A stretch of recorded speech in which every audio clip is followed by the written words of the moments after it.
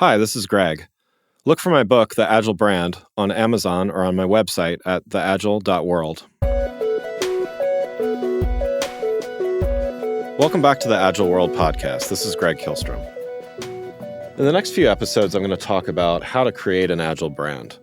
In my book, also called The Agile Brand, I go through 4 different ways that branders and marketers should really go about transitioning to be more agile. The first thing is understanding that change is the only constant. The second thing is identifying when evolutionary versus revolutionary approaches are needed. Third thing is to make adaptivity and collaboration part of your culture. And finally, staying true to your values no matter what. In this episode, I'm going to talk about the first thing, understanding that change is the only constant. As early as 500 BC, Heraclitus said, "The only thing constant is change." It's kind of funny when people, keep talking about how, everything is moving so quickly and there's so much change happening. People have been saying this for millennia, basically. I think the thing that continues to change is really the rate of that change and the rate of progress and stuff. But change has always been around. And so organizations that understand this and embrace this are braced for the future. There's a few different concepts that I'm going to talk about today, and the first one is the idea of inflection point. And so if you're not familiar with that term, inflection point is a mathematical term. It's essentially the point in a curve in which the direction of that curve changes. And so you're going along, perhaps you're going up, things are getting better, things are increasing, perhaps things are decreasing, but the inflection point is where all of a sudden things take off, for instance. So, you're having some slow growth, things are moving, and then all of a sudden something happens. And there could be a million different reasons why this happens, but a lot of people years ago referred to this as something going viral, for instance, the whole social media, viral media craze. When something kind of tipped and became viral, that's really where that inflection point happened. And so, while this is something where marketers are familiar with that viral term, I think this is something that is happening in technology and society today, where there are several things that are taking off, where we are really only at the beginning of it. It's hard to see a true change at the very beginning of it. When something takes off and becomes an exponential growth, it's hard to really understand that or really see it at the beginning. So, we're dealing with things like artificial intelligence and machine learning. We're dealing with new technologies, things like blockchain.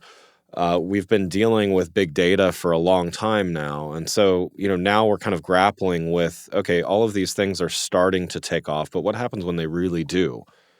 Agile brands are braced for this change because they understand that it's only a matter of time for some of these technologies, some of these ways of thinking, these ways of doing business. It's only a matter of time until they really take off. I talked a little bit earlier also about maintaining the status quo is not only something that puts you behind your competitors, but it's also bad for business. I mean, who wants to be the safe company these days? The safe companies don't win. The safe companies are the one that kind of get left behind.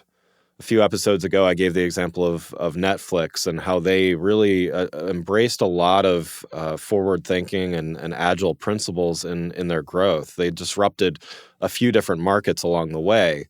But think about their first big competitor, Blockbuster, who really kind of they were late to adopt the mail order business, never really got into the streaming business, and kind of held on to that brick and mortar retail mentality. And look what happened. Netflix surpassed them. They surpassed them quickly, but Netflix kept succeeding because they didn't stop there. That idea of maintaining status quo it can't exist anymore. If you do that, you're ripe for disruption. There's other examples of that in the e-commerce space. Amazon certainly has disrupted the entire retail market, but you look at some competitors that have been able to keep up. I mean, places like Walmart have been able to keep up fairly well. They certainly had a strong brick and mortar base already, but then you look at examples like Sears, and there's certainly some other factors in their demise, Toys R Us, ones like that. But both of those examples really failed to embrace this constant change, this move, this consumer shift to online retail, to e-commerce, all of those types of things. So understanding that change, that's really the first step. We are really at the first stage of, we really don't know what's next in some of these areas. Where is online retail going to go from here? We can see some signs of, very niche, very, niche specialization. We can even see some things like 3D printing and self-manufacturing, and that's a whole new realm yet to discover. But the companies that are embracing change now are set up well to embrace change later. In the next episode, I'm going to talk a little bit more about this topic, but more about how to identify when an evolutionary versus a revolutionary approach is needed. Thanks for listening. See you next week. If you enjoyed this episode and found it helpful, please rate the show on iTunes or contact me through my website at theagile.world. You can find my books, The Agile Brand and The Agile Web, on Amazon and on my website at theagile.world.